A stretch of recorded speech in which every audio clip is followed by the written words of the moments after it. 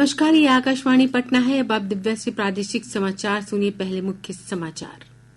विधानसभा की 4 सीटों पर उपचुनाव के लिए चुनाव प्रचार तेज, राजनीतिक दलों के बीच आरोप प्रत्यारोप जारी। लोक आस्था के महापर्व छठ को लेकर प्रदेश के विभिन्न नदी घाटों पर व्यवस्थाओं को दिया जा रहा है अंतिम रूप। छठ पर्व को लेकर बिहार आने वाले यात्रियों के लिए रेलवे कई विशेष रेलगाड़ियों का कर रहा है परिचालन। और प्रदेश में अधिकतम और न्यूनतम तापमान में गिरावट से ठंड में वृद्धि।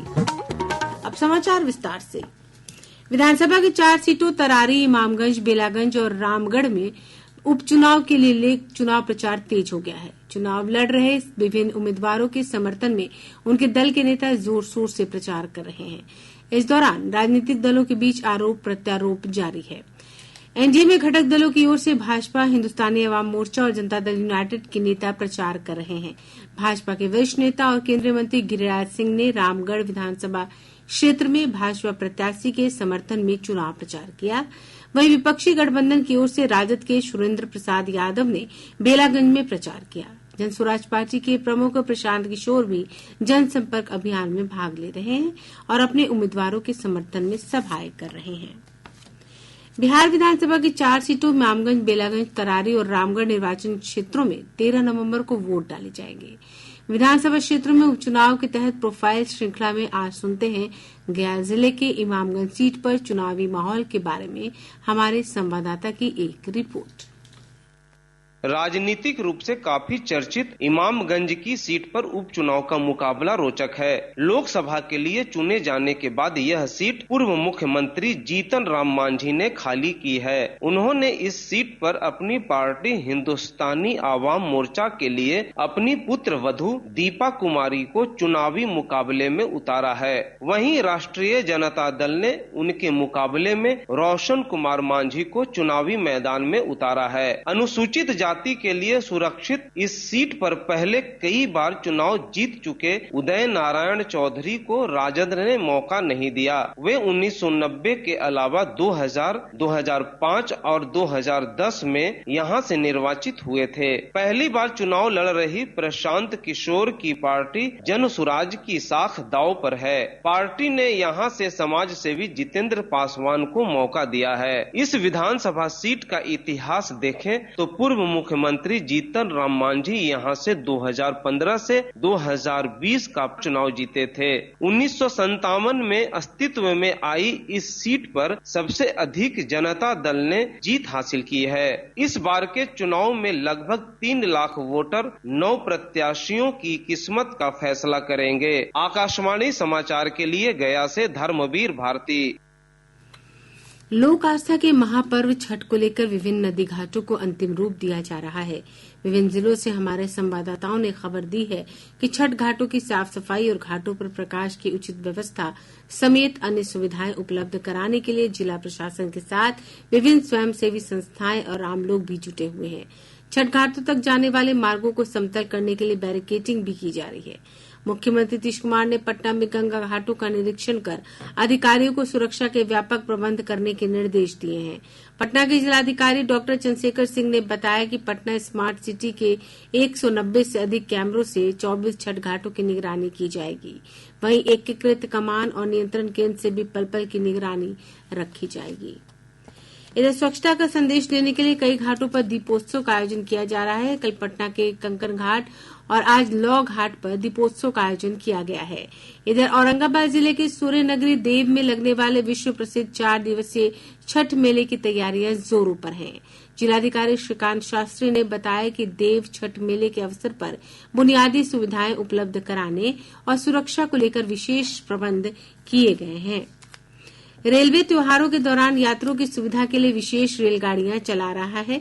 इनमें दरभंगा, बरौनी, पटना, कटरा, मुजफ्फरपुर, बलिया, कामाख्या और आजमगढ़ के लिए विशेष ट्रेन शामिल हैं।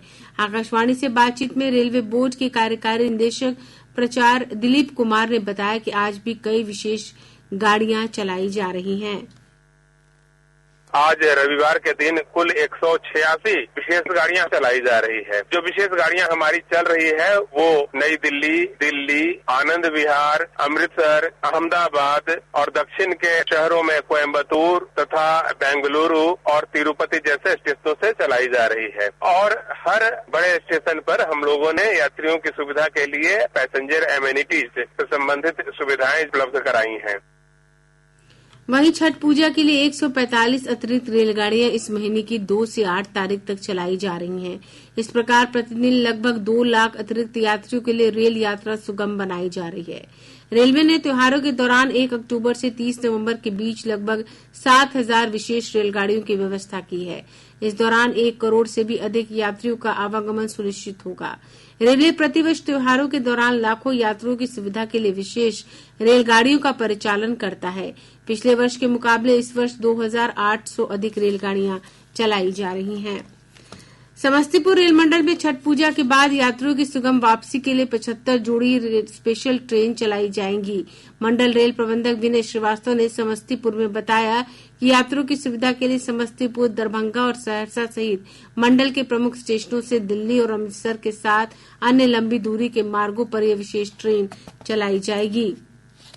रेल पटरियों के किनारे स्थित तालाबों में छठ पूजा को लेकर सुरक्षा के दृष्टिकोण से दानापुर रेल मंडल ने विशेष कार्य योजना तैयार की है। दानापुर मंडल के अपर मंडल रेल प्रबंधक आधार राज ने बताया, मंडल के तहत 73 स्थानों पर पटरियों के किनारे छठ पूजा स्थानों को चिन्हित किया गया है।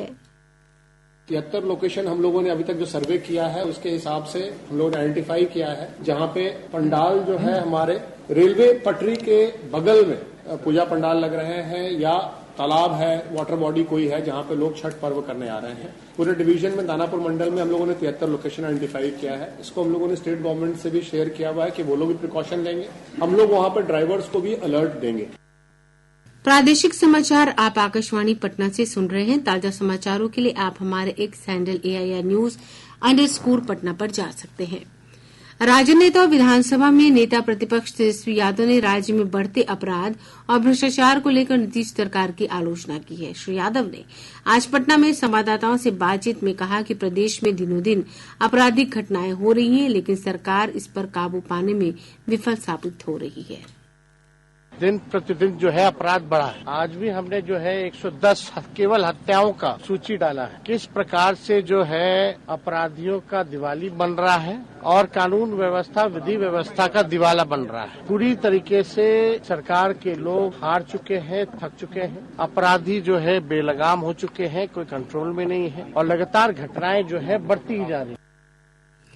इधर भाजपा सांसद संजय जायसवाल ने तेजस्वी यादव के आरोपों पर पलटवार करते हुए कहा कि उन्हें राजद के जंगल राज को नहीं भूलना चाहिए।